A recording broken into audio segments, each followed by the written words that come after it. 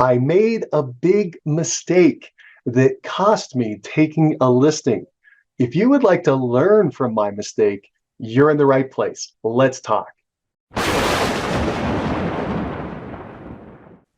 Hi, I'm Mike Cerrone with Two Listings Per Month. And on this channel, we talk about how we can go out and take two listings per month from complete strangers. And on this call, I'd like to chat with you about what happened recently that cost me taking a listing. Let me give you a little background and then I'll explain the mistake.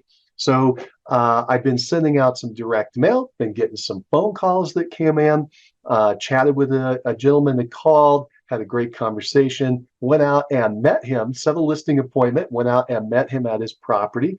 It was an investor, older gentleman, and he had a vacant property that had expired.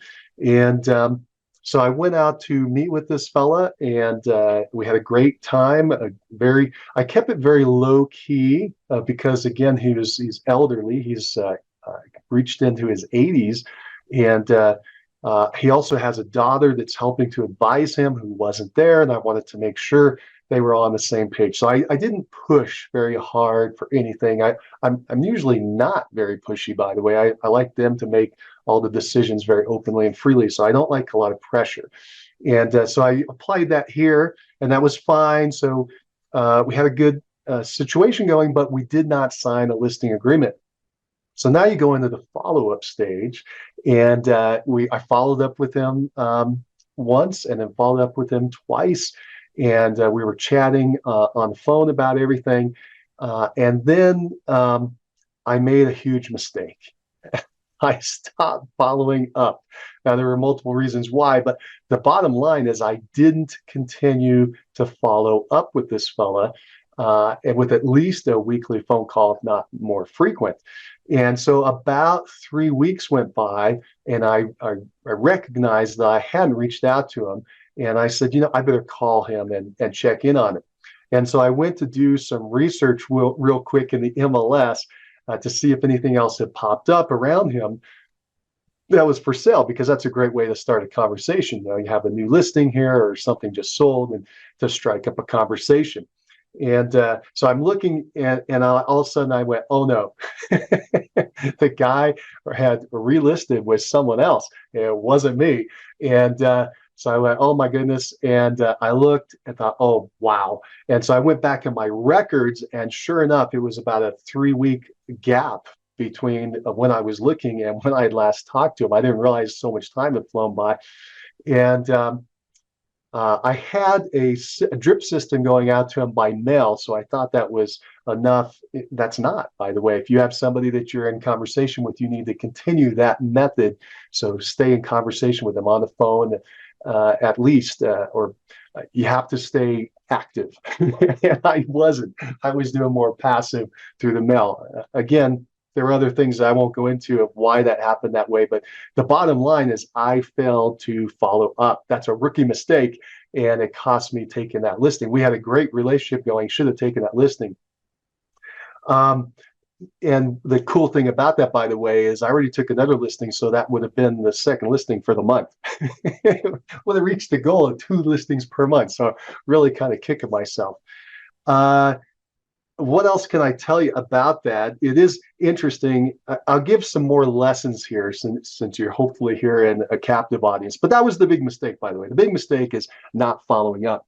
I've made that before, and I just did it again. I can't believe it's such a rookie mistake. Have you ever done that? Have you failed to follow up and then it's cost you? In this case, it cost me a listing, cost you a client, or cost you a closing, or contract or something. If you have, go ahead and tell me down in the comments. I'd love to hear your story. Let me give a little more background as to why I kind of was hesitant a little bit in the transaction, but I should have pushed through.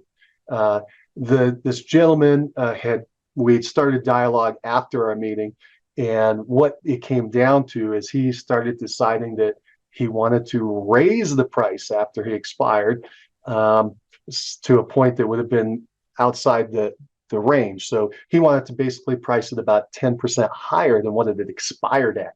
And with his prior agent, he'd already tried multiple levels coming down, all these different price points to try to get that right. And I give kudos to the prior agent for doing that. And they had come down to this price, and then he wanted to raise the price above that. And so I was having a little bit of an issue with that. I don't like to overprice listings, number one. Number two, he was asking for a very short listing agreement because it hadn't worked out before. He wanted to do a month-to-month, a 30-day agreement. And even though our market has been pretty quick, that's still really short and taking a lot of risk. I'm looking at expireds every day, and a lot of them are on these 30, 60-day listing agreements. So that was a bit of a hang-up that we were talking about but hadn't worked through yet. And then the final one, the third one, was that he was trying to knock the snot out of me on the commission. This 80-year-old man was really doing a number on me and trying to knock me down to peanuts, which I wasn't going to do.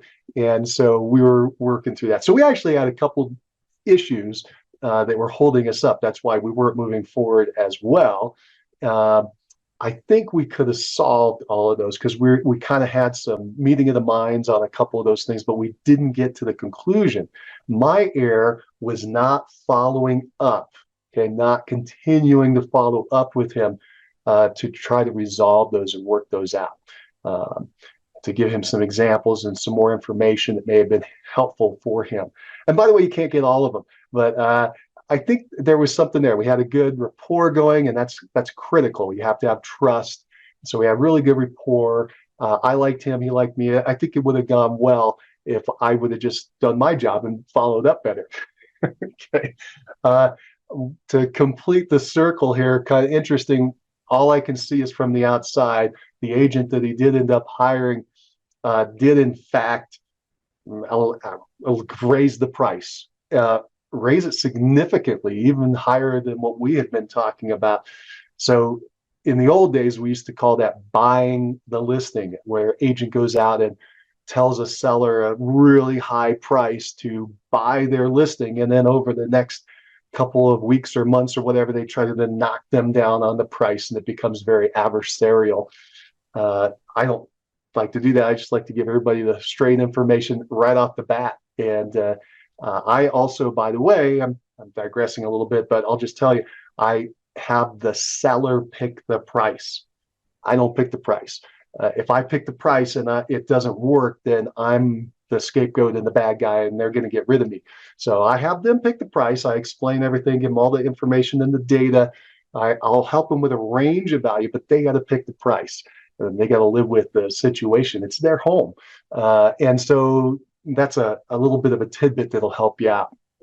Okay, so that's my message for you, my little lesson of the day of mistakes that you can make and they'll cost you. In this case, not following up. That's a critical one, and I blew it.